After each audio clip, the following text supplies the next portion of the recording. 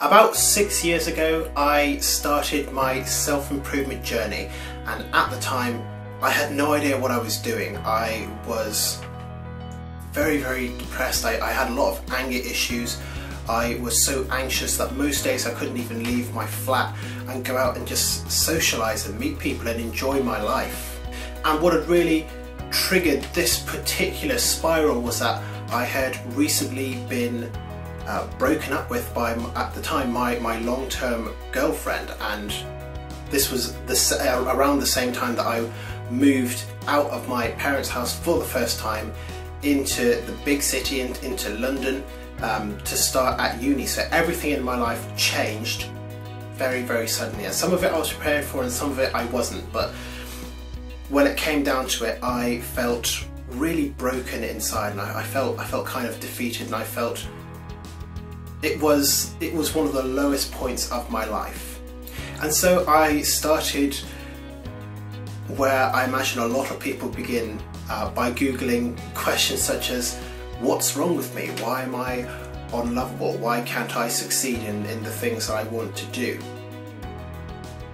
And I started to read answers and read what people's thoughts were, and over time this concept of self-help was kind of almost delivered to me. And I remember the first self-help book that I really read. It was by this this pickup artist who said that he could teach people how to attract women into their lives, and at the time that was very much what was on my mind, because I had just gotten out of this very intense long-term relationship, and I was probably more lonely then than I had ever been in my life, bearing in mind I was far away from my family as well, in a city where I knew no one. So I started to read this book, and there was a lot in it about this idea of self-improvement, and I really enjoyed the concepts. Now, the stuff that he taught me in the book did not help me in the slightest to pick up women. In fact, it probably did more damage than good, as most of these books tend to do. In case you're wondering, the secret to attracting the right people into your life is, for the most part, authenticity, just being who you are and not pretending. Don't fake it till you make it. It doesn't work. Regardless of that though, I was hooked on this idea of self-improvement. I started learning as much as I could. I started to meditate, I started to work out, I started using affirmations and visualization. I had a run-in with the law of attraction, and that lasted for a while, until I kind of really discovered the truth about that, and that broke me a little bit inside as well. But I just kept on going and reading more books, listening to audiobooks, watching YouTube videos, reading articles, trying to learn as much as I could, and I completely lost track of the amount of books and articles and videos I've watched, but put together I'm sure that I have inhaled thousands of individual bits of content, and some of it was useful, some of it was not. And I started this kind of collection of what was initially dozens of self-help books, and it grew to hundreds in my bookshelf, and then hundreds in my Kindle library, and probably over 100 in my Audible library as well. So I've gathered this huge collection.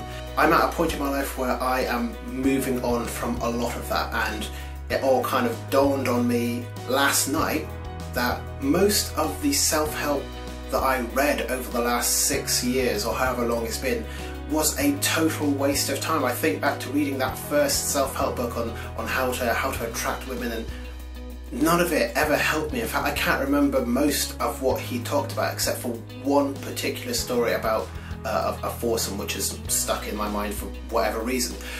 But most of the stuff in that book, and in a lot of the other books I've read, have meant absolutely nothing to me.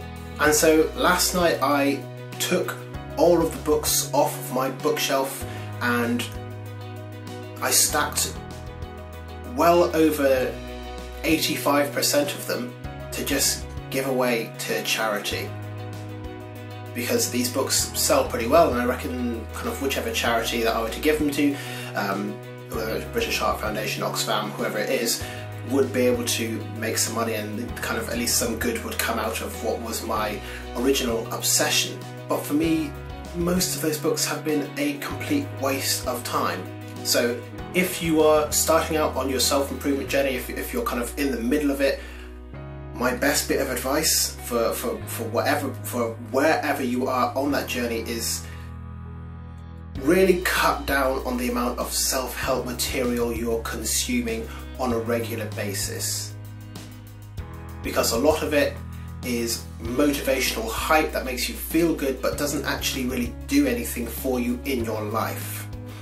The secret to consistent success in your life, no matter what area it is, both in my experience and from what I've been able to observe from the most successful people in the world, is taking consistent action and building up those small wins, building up momentum until you start hitting bigger wins. It is the snowball effect or the compound effect. That's the way to succeed in everything as far as I've seen. You want to lose weight, you've got to start off with small actions, and the weight loss will be small, and then it will pick up and pick up and pick up, and you'll start to notice bigger and bigger changes in yourself. So as I said, most of it has been absolute nonsense, but I wanted to also share with you 5 of the best books that I have read over the last few years and that have been really, really influential to me. So the first book is Mastery by Robert Greene, and I can't remember the first time I read this book, but I have read it probably, I think, 4 or 5 times. I seem to consistently read it at least once a year.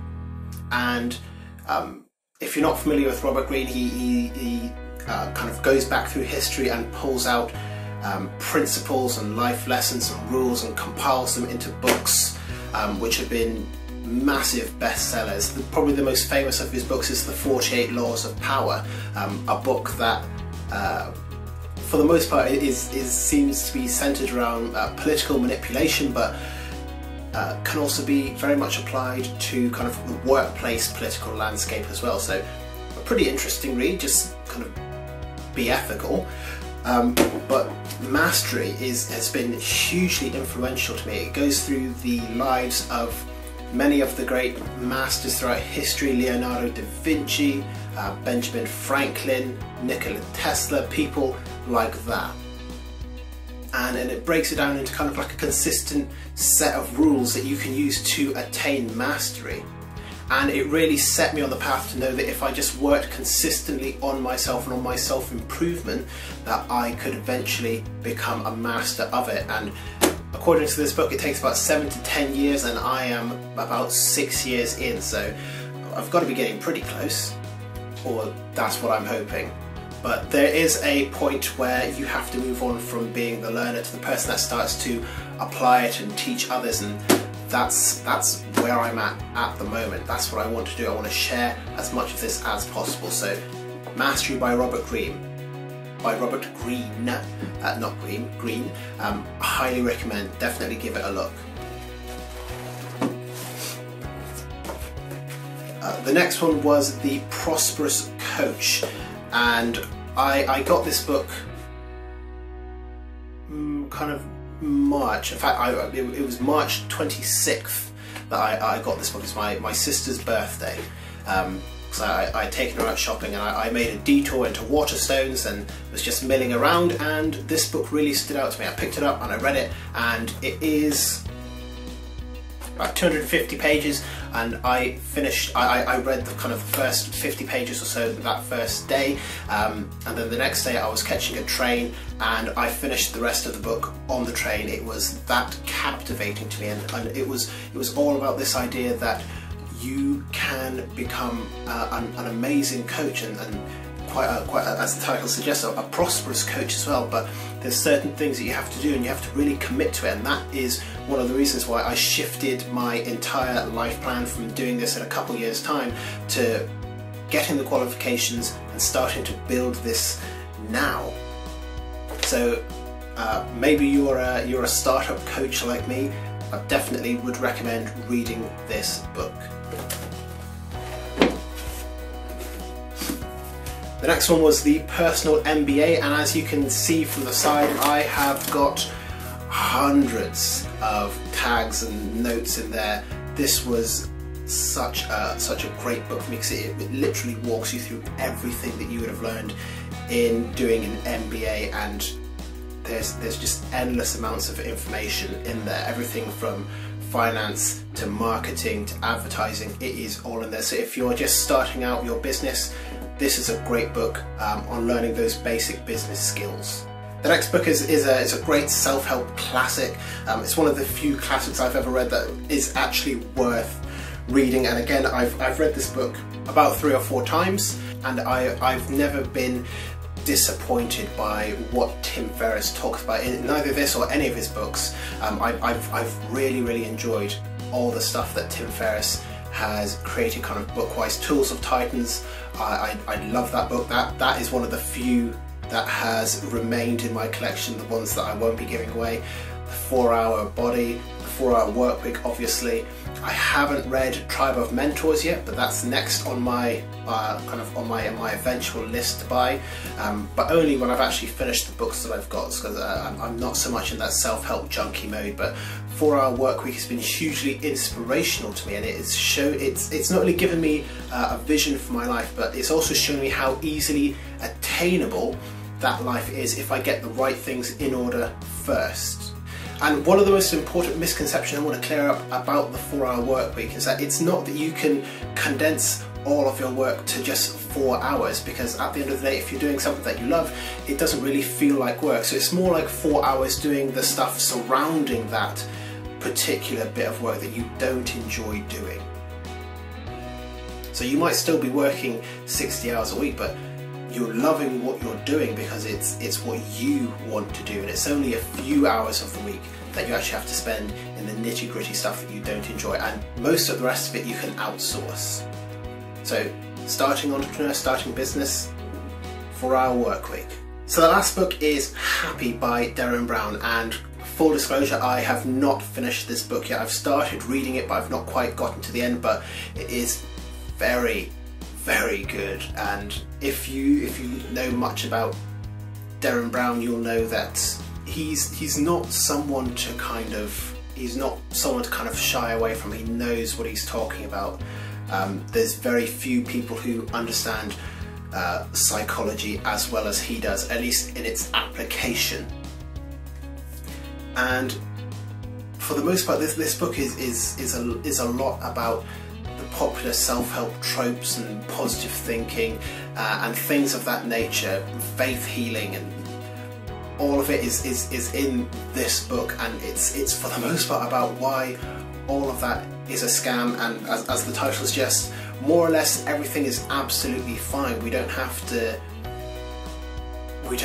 invest in these kind of crazy ideas at either end of the spectrum. It was this book and a book called Smile or Die by Barbara Eisenreich that really started to get me thinking about some of the ways in which self-help does not help people at all. And to be fair, the entire idea of self-help is a bit of a misstatement anyway, because you're not really helping yourself. You're drawing on the teachings of a bunch of other people, and ultimately the best way to help yourself is to accept the support and help of others. That's why people get coaches and therapists and personal trainers. So the entire idea of self-help, maybe that doesn't even exist, but this book has been hugely revealing to me, and again, I'm not quite finished with it yet, but highly recommend. He really just takes a no-nonsense approach to the entire concept of self-help and healing energy and faith healing and things of that nature, and really puts it under a very revealing spotlight. So give it a look if you get the chance. Happy by Derren Brown.